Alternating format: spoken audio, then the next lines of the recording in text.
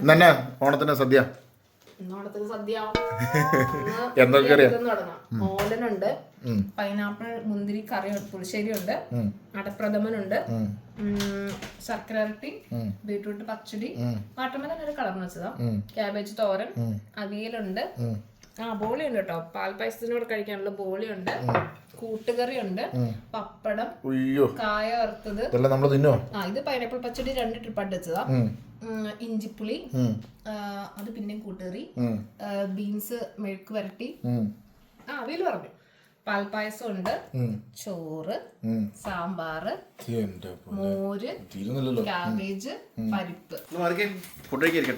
ഇനി ഷെഫ്മാരൊക്കെ അയ്യോ ഷെഫുണ്ട് ഞാനുണ്ട്.